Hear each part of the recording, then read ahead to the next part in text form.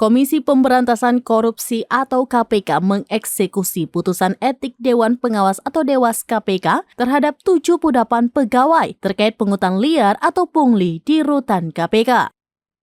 Adapun putusan etik ini berupa permintaan maaf secara langsung di hadapan Wakil Ketua KPK Alexander Marwata, Sekretaris Jenderal KPK Cahaya Harharefa, dan Dewas KPK pada Senin 26 Februari 2024. Dalam pernyataannya, para pegawai tersebut mengakui telah melakukan pelanggaran etik dan berjanji tidak akan mengulanginya lagi. Dalam eksekusi putusan etik Dewas ini, Sekjen KPK menyampaikan pesan agar kejadian serupa tidak terulang. Sebab peristiwa ini dianggap telah menyimpangi nilai-nilai KPK. Sebagai informasi, permintaan maaf ini merupakan tindak lanjut dari putusan Dewas KPK terkait pelanggaran etik yang dilakukan oleh 90 pegawai KPK. Sebanyak 78 diantaranya diberi sanksi berat berupa permintaan maaf langsung dan terbuka.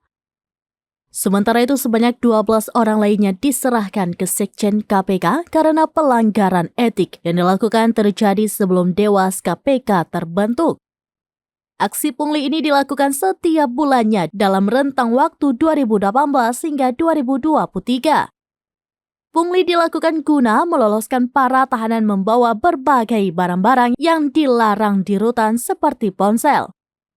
Kisaran pungli yang dipatok bervariasi, mulai dari 5 juta hingga 25 juta rupiah.